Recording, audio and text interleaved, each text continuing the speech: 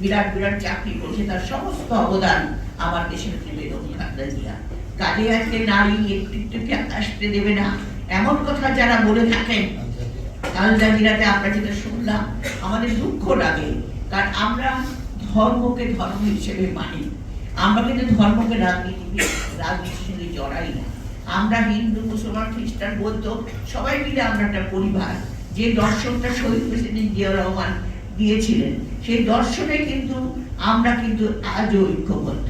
সেই এখানে আমরা কোন রকম নারীর প্রতি সহিংসতা অথবা নারী নেতৃত্ব আসতে দেব না, কিংবা নারীকে ক্ষমতায় আসতে দেব না, কিংবা নারীকে সংসদ হতে দেব না, এই ধরনের কথাবার্তা আমরা মোটেই পছন্দ করি না।